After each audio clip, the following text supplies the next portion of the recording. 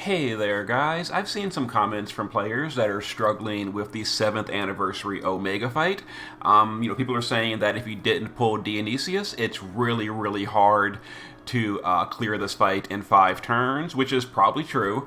But it can certainly be done if you didn't pull the new guy. I'm just gonna call him Dio. People are telling me I'm saying his name wrong, but whatever.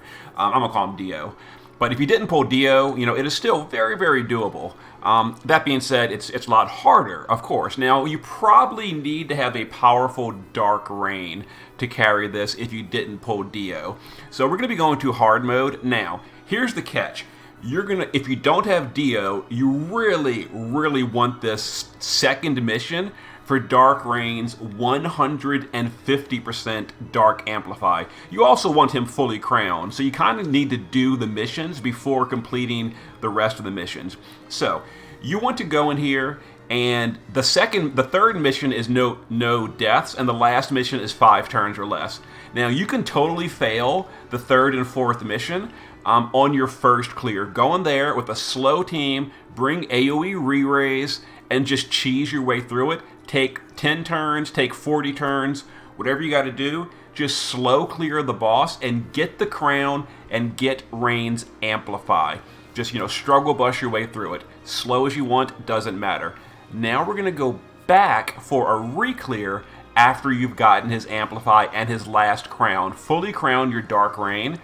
Now we're going to go for a no Dionysius clear with this party. Make sure Dark Rain is your party leader, because he does have a leader skill. It's nowhere near as good as Dio's, but he has it. Anyway, we're also going to use Knights of Grandshell to help out. Now, this is certainly not like a true budget run. You still need an EX3 Dark Rain and probably like an EX2 minimum Knights of Grandshell to do this. That said, there are other options. For example, if you have the Return Axe Star, he can give you an 88 break and a big Dark Imperil that I don't have access to. So I have to use Knights of Grandshell to bring it up. But Dark Rain is the big boy carry here.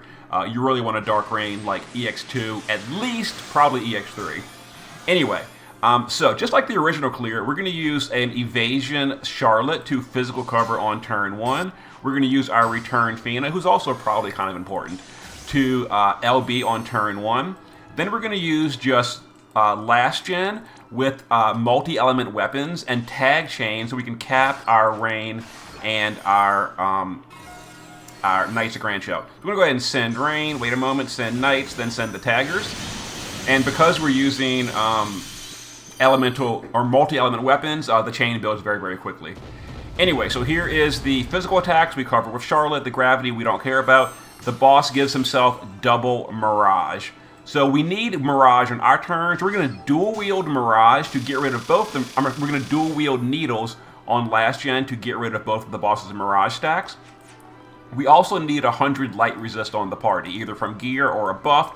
We're going to use it from gear. So we're going to go ahead and use the big amp from Fina, and then just literally doesn't matter. Don't use her killer buff, because we're getting dispelled this turn. We're going to swap Charlotte to magical cover, and then Rain and Cog are just going to support chain bolting strike. So triple bolting and triple bolting. This is just like a filler turn, because we're getting dispelled next turn anyway. So go ahead and chain this up. Just a little bit of bonus damage. So we push the threshold. Honestly speaking, you could probably even just not push the threshold on that turn and it'd be okay, but we did push the threshold. So there's the dispel. So we totally lost all our buffs. Now we're going to get ready for killing the boss next turn. So what we're going to do is Fina is going to go ahead and re-imbue the party. We're then going to use her Demon Killer buff and then her Magnus. Okay, we're going to use Lastfall Reagan to do their Dragon Killer buff. So now we have a Dragon Killer and a Demon Killer. That's why it's important to do this after the Dispel. We're going to reapply the Magic Cover with Charlotte. We're going to have Cog do his LB fill, and then doesn't really matter. That gets him ready for bursting next turn. And then we're going to use Dark Rain to, in this order, use his fully enhanced power-up cooldown, his new 150 Dark Amplify that you get from slow clearing the fight, and then we're going to use a Magic Boost as his last action. Okay, so this turn is just some AoE magic. We're going to cover it with Charlotte, not a problem. Okay, so now the boss is buffing up for his super overkill attack this turn. Honestly speaking, we have AoE re-raise at this point, so even if you don't finish off the boss, from Fina. So even if you don't finish off the boss this turn, you would get an extra turn to deal damage. So let's say you burst here and the boss is at like, I don't know, 10% health. You could still finish him off. That being said, you would fail the death mission. But we're going to go ahead and kill him right now. So let's go ahead and use the SLB of Return Fina. That's going to give us a big holy amp for Knights of Grandshell. Actually, he already has one. But it's going to give us a big LB damage buff and a big stat buff. We've got a 150 Dark Amp on Rain, his SLB. We've also got his boost. We've also got his new crowned power-up to increase his modifier. Let's get the fully stacked LB of Cog.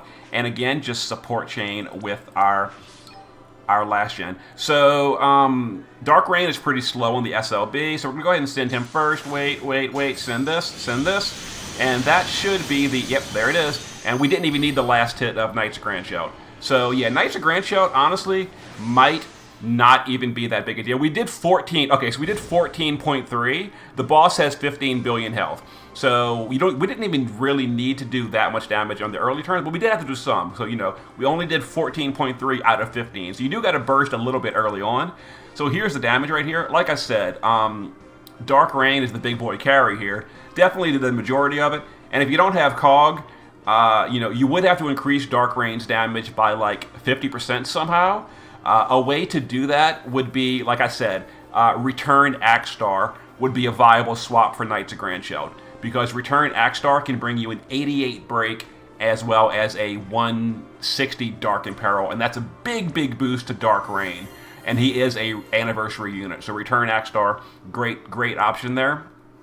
I don't have him, so we're only using 80% breaks, and 80% breaks are really freaking bad, like really bad, but that's the best option I have for that. Now, I could use an 85% breaker materia, but none of these have the breaker tag, so it doesn't work.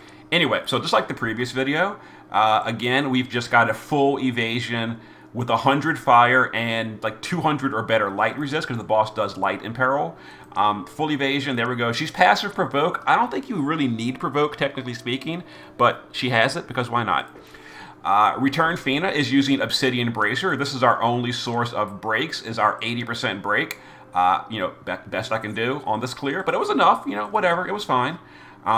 So here we go. Here's the build. It's literally whatever, just mana. Who cares? Shift form Blast Raken using Poppy's STMR for the multi-element chaining, and then a dark weapon just for all 8 elements. That way he builds the chain immediately on the second hit, and he's already capped. Also dual wielding with Mirage or 1,000 Needles, so we can Mirage that turn 2 attack. He also gives us the 150 Dragon Killer, which is obviously a big deal, so that helps out a lot. Dark Rain is using a double hand build. He is at this point now fully crowned. He's only got 10,000 magic because he has only his own leader skill, and his own leader skill is only 100%. It's not quite as big as the brand new flashy premium, but there it is. Double hand build because Variance is still king. They did buff his one-handed STMR, not enough. Double hand still out damages it very heavily. So yeah, you want to double hand, assuming you can build it. So Kuja's robe for the double hand, some double hand, a double hand accessory just for more of it. Magic boost, and then some killers. His own card. Now he might need to be EX3 to carry this by himself. Maxed LB damage, maxed demon, and maxed dragon. And yeah, he does really high damage with his new upgrades because he got a 150 amp, he got 2,000 flat magic, and he got a modifier boost to his LB of 90x. So all that is very helpful. And then Knights of Grandshell in the base, or in the shift form, we are using Titus's STMR. That's a nice boost. Other than that, Max Demon, Max Dragon, Maxed LB, and we've got, oh, I forgot to use it. I gave him Titus's STMR. I was going to use that on turn, oh wait, he can't use that on turn 2. No, he can't use it on turn 2. Yeah, so ignore that. But then again, we didn't have to chain on turn 3, or turn 2. Whatever, we didn't use Titus's STMR, but it was equipped. Anyway, so there it is, 9,000 attack power, etc. And that was technically the all mission clear, but again, you would have to go and get Dark Rain's Amplify from the fight before doing the speed clear. So do a slow clear, and then go back for the speed clear. if you didn't pull Dionysus. If you did pull him, then you have that big boy leader skill, and that like really helps. Anyway, see you in a bit.